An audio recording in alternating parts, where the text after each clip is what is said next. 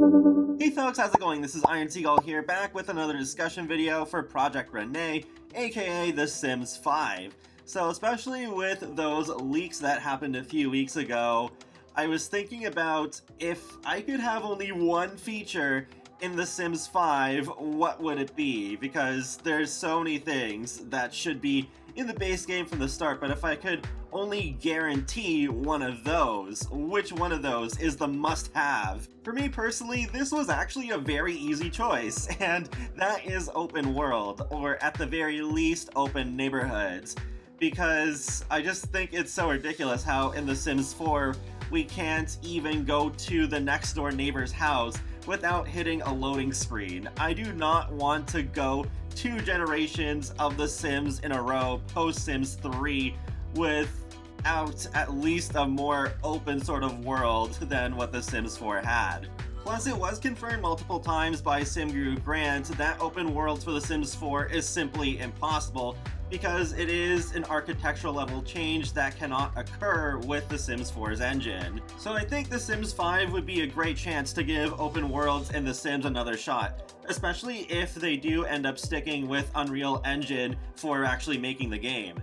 Even with the open world mods that we've had in the past, it's still not on the same level as The Sims 3's open worlds. It's just that you're having the one active lot surrounded by a whole bunch of things that don't need a loading screen to get to because they're not on an actual lot. They're just out in the open space.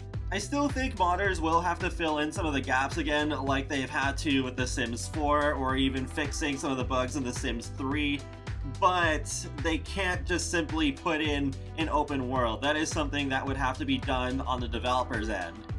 With The Sims 3, that was released originally back in 2009, well over a decade ago, so computers have come a lot farther since then.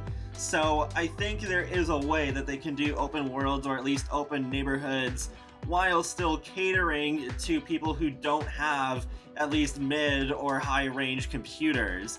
Even with this computer I have now, it's not really high-end by today's standards, but it already loads the lots pretty fast, especially considering I have the game installed on a solid-state drive. So compared that to 2009 when I was playing back then, sometimes the lots would take like half a minute to load, so it still felt like they were loading screens, but just done in a different way than your conventional screen where it completely goes to a different thing and then the screen fades away when it's loaded. No, it's just you're staring at a very muddy looking lot until all the objects are loaded in.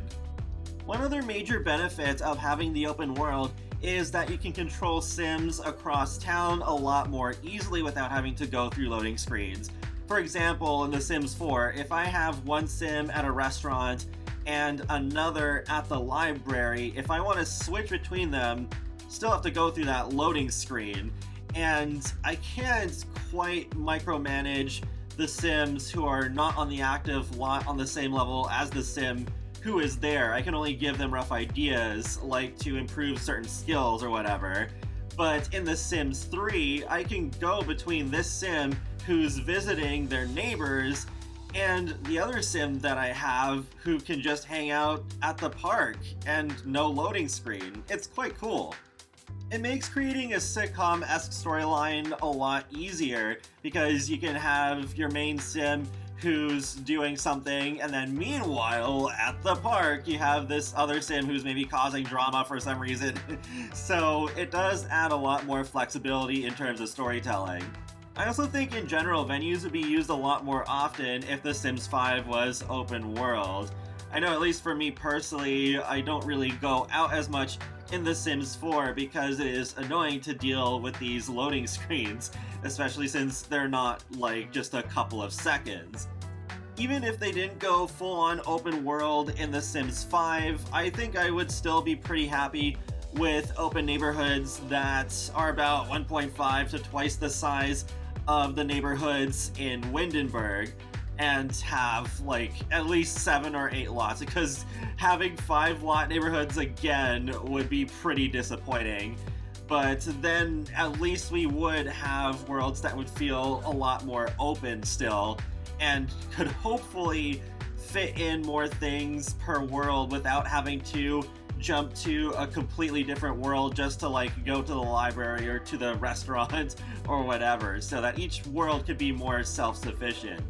Oh, and of course, as someone who's really been wanting cars to return in The Sims 4, if they make The Sims 5 open world, that's even more of a reason to have cars in that game so that you can use cars and just actually see them drive across the world, which would be fun to see, though I hope the cars don't teleport from the driveway this time around. Heck, another open world Sims game would be a great excuse to bring helicopters back. We did have them in The Sims 2, but that game was not open world, so we just saw the helicopter take off and then you go into the loading screen. I don't need helicopters in the base game, but still, open world would be a good foundation to introduce them later, and maybe relive my days playing Simcopter. Of course, there's still plenty of other things I'd love to see in The Sims 5. Like, no, they can't get away with having toddlers and pools not in the game at launch again. And they should really bring back the Create a World tool and have some basic weather like rain and fog at launch without having to wait like 2 or 3 years for a separate expansion pack. There's some smaller details I'd love to see as well, like Sims being able to hold hands and do other interactions while walking together, or if you place plants near walls, the leaves would no longer clip through the walls anymore. Nothing like building a beautiful house with plenty of plants in front of it, only to find out that the trees go right through your living room. Even though the depths of the Sims themselves is what matters a lot to me, I would still say that the most important thing for a new base game for The Sims is to include some form of open world this time around, because that's not just something they can go back and add later. With The Sims 4, we didn't get wants and fears until this year, whereas before that we just had whims in their place. In The Sims 2, we didn't get turn-ons and turn-offs until The Sims 2 Nightlife expansion, and even here with this scrapbook, we didn't get that until just before Generations came out. Of course, that's only a few examples, but they can definitely add substantial personality updates even after the game has already come out. So that is pretty much it for this video. Feel free to let me know your thoughts in the comment section below. What is your one must-have feature for The Sims 5? I'm super curious. I want to see if a lot of you are thinking along the same lines as me, or if there is something else that's more important to you. And be sure to subscribe if you'd like to keep up with my latest gaming content. I will talk to y'all later, and have a great day. Thanks for watching!